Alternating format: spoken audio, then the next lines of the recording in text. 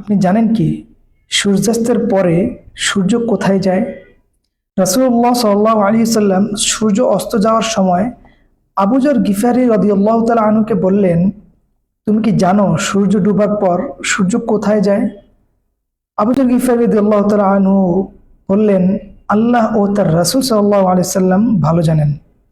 তখন রাসূলুল্লাহ সাল্লাল্লাহু আলাইহি সাল্লাম বললেন, সূর্য যেতে যেতে আরশের নিচে গিয়ে সিজদায় পড়ে যায়।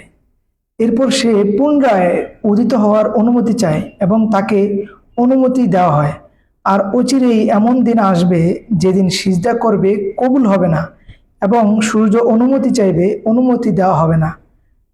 সূর্যকে বলা হবে, যে পথে এসেছ সে পথে ফিরে যাও।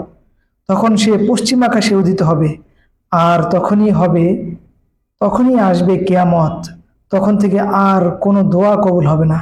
সহিহ বুখারী 2972 নং হাদিস।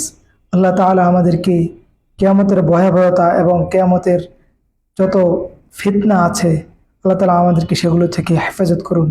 আমিন।